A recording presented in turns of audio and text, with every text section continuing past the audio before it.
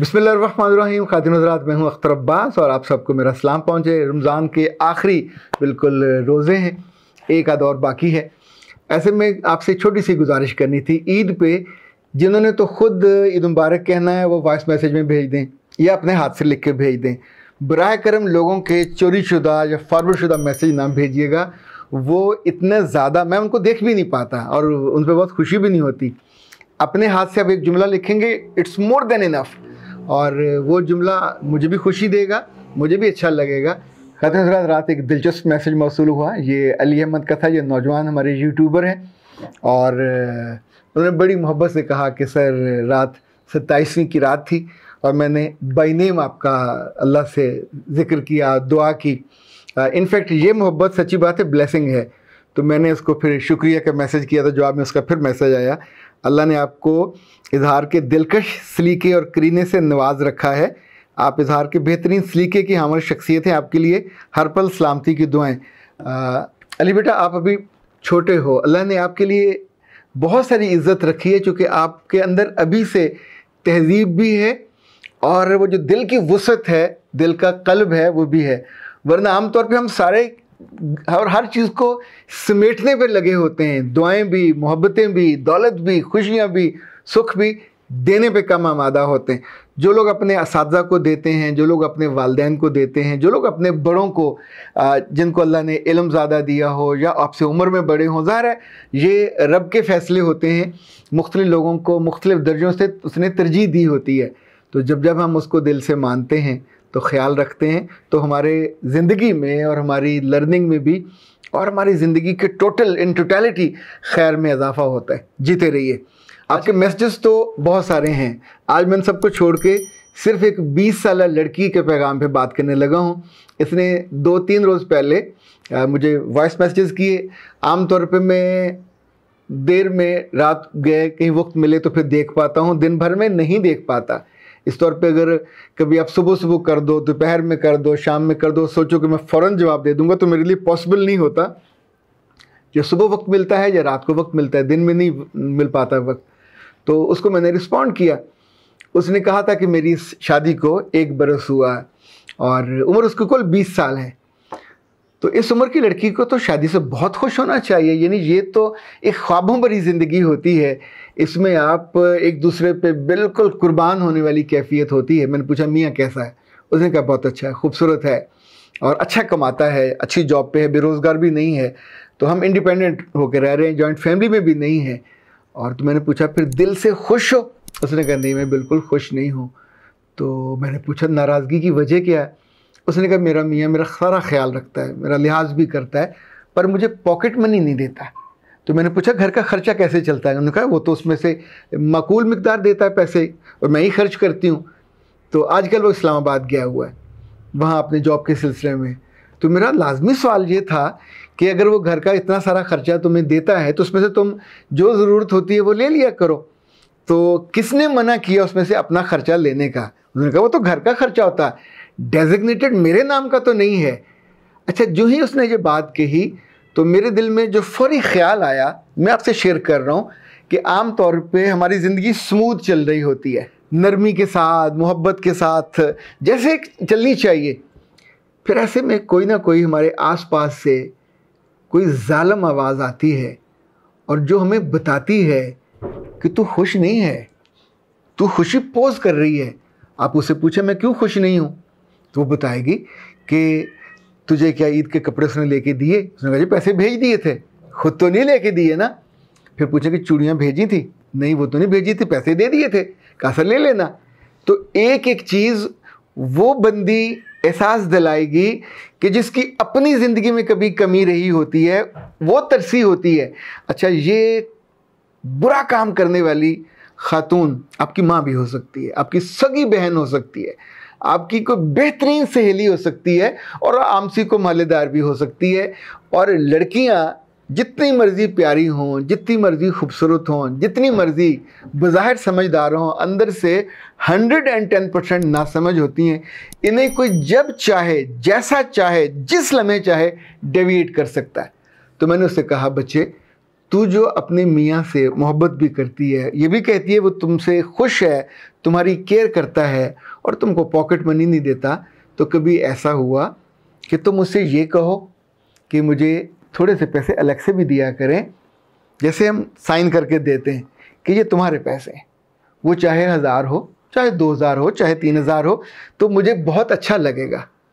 अच्छा, उसने मेरी बात सुन के खामोशी इख्तियार की और 3 दिन के बाद आज सुबह सहरी पे जो उसका मैसेज आया वो ये था कि सर वो आपका फार्मूला काम कर गया। मैंने अपने मियाँ का जब फ़ोन आया तो उसे ये कहा, और ये 2 दिन पहले कहा कि आप मुझे अगर पॉकेट मनी मेरे नाम की देंगे तो मुझे बहुत अच्छा लगेगा। तो उसके मियाँ ने फौरी तौर पे वहीं इस्लामाबाद बैठे बैठे 50,000 उसके अकाउंट में डाल दिए। कहा ये तेरे पैसे हैं, तू इनको जहाँ चाहे जो जी चाहे इस्तेमाल कर, मैं कभी पूछूंगा भी नहीं, पर मुझे माजरत, मैं सोचता रहा कि तुम्हें अलग से डेजिग्नेटेड दूं, पर कामों में और ज़ाहिर है कोरोना की भी टेंशन, काम की भी टेंशन, तो मैं इसको भूल गया। खातिन हज़रात, वो बच्ची सारी रात यूँ समझे जैसे आप हवा में परियों के साथ घूमती फिरती रही हों, वो झूले झुलाती रही हों। उसको इतनी राहत महसूस हुई कि मेरे मियाँ ने मेरे एक कॉल पे, एक जुमले पे फौरी तौर पे मेरी उस आस और उम्मीद को पूरा कर दिया। बहुत दफ़ा ऐसा होता है कि आप अपने बात को, अपनी ख्वाहिश को, अपनी आरजू को सलीके से, ढंग से प्रेजेंट करके अगले को कहते भी नहीं है। अच्छा, आप ताना दे के कहोगे सबने भेज दिया, तूने नहीं भेजा, और आप उसको हर्ट करोगे या कुछ और करोगे तो जाहिर है अगले का दिल बुरा होगा।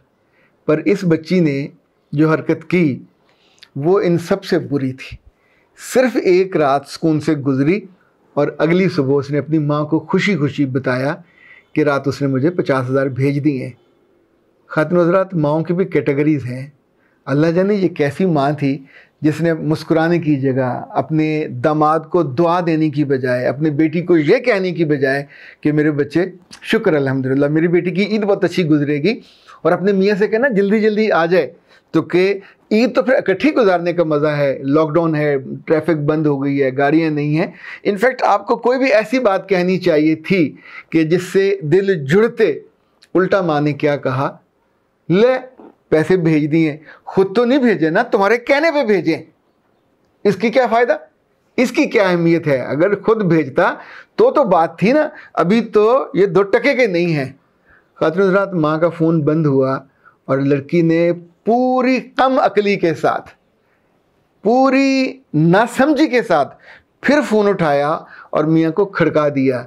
अभी तक उसके कानों में रात के जुमले शायद गूंज रहे होंगे कि मेरी बीवी ने, देखिए 20 साल की बच्ची का मतलब है एक आधा खिला गुलाब, आधी खिली कली, अभी वो पूरी औरत नहीं बनी होती। वो जो औरतों वाली टिपिकल बातें होती हैं, दिल दुखाने वाली और डिमांडिंग और अगले को प्रेशराइज करने वाली और हमेशा तंग करने वाली, वो उसमें अभी तक जो मेरा ख्याल है इस उम्र में नहीं होती। पर जब इस लड़की ने वो सारे जुमले 2 से ज़रब लगा के अपने मियाँ को कहे जो उसकी माँ ने कहे थे, तो उसके बाद आप सोचिए कि उस मियाँ के दिल पे क्या बीती होगी। उस मियाँ ने कितना उम्दा, कितना शानदार महसूस किया होगा। वो इतना हर्ट हुआ कि उस लड़की के बकौल के वो रो पड़ा। उसने कहा तुम रात तो खुश थी, रात तो तुम बिल्कुल मेरे दिल के साथ अलाइन थी, यानी उस एक एक मोमेंट को हम दोनों एक ही तरह महसूस कर रहे थे, जैसे मैंने मोहब्बत से भेजा हुआ था, तुमने वसूल कर लिया, तो ये तुमको हुआ क्या।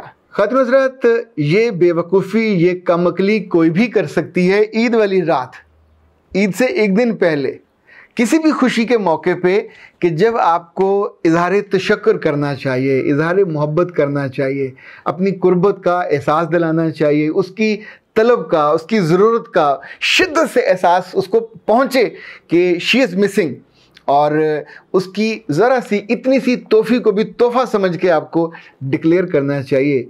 ऐसे में इतना बड़ा तोहफ़ा आया हो और आप उसकी बेकदरी करो, उसे रोल दो पाँव में मट्टी की तरह, तो ये तो अपने मुस्तकबिल को रोलने वाली बात। एक बात याद रखिएगा, ये वक्त गुजर जाएगा, वो आएगा। मर्द को अल्लाह ने थोड़ा ज़रफ़ ज़्यादा दिया होता है, वो मुमकिन इस बात को ना दोहराए, लेकिन जिस बात ने उसको रुला दिया, जिस बात ने उसके दिल को तोड़ दिया उसके जज्बात को, आइंदा वो इस तरह काम क्यों करेगा दोबारा, या दोबारा करेगा तो क्या इतना ही अब्रप्ट करेगा, इतना ही फौरी करेगा। इनफैक्ट इतनी सी अकल, इतनी सी दानिश शायद किसी बड़े ने इसकी माँ को सिखाई होती तो वो ये ना करती, क्योंकि उसने अपने मियाँ को हमेशा सूली पे टांग के रखा, हमेशा जैसे कहते हैं ना आग पे और तवे पे रख के उसने ज़िंदगी गुजारी होगी, तो उससे बेटी का सहा नहीं गया। ये मैं नहीं कह रहा कि उसने जानबूझ के किया होगा, पर ये कम अकली जो है ये काश्त नहीं करनी पड़ती, ये खुदरो पौधों की तरह दिलों में उगती है और ज़िंदगियों को जहर से भर देती है।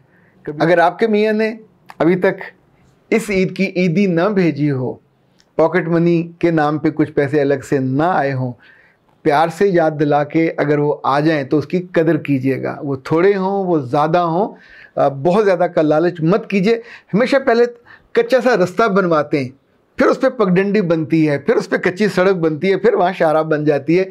मुश्किल सारी उम्र उस मियाँ ने आप ही को खिलाना है, आपके बच्चों को खिलाना है। पर ये जो नारे लोगों से सुन सुन के, लोगों की तरगीब में और लोगों की बाज़ दफ़ा तो बदनीयती की वजह से आप अपनी खुशी को गारत कर लेते हो, और वो भी खुशी के दिनों में। सियाने कहते हैं बहुत से लोग ऐसे हैं जो आम दिनों में चंगे, खुशी के दिनों में मंदे।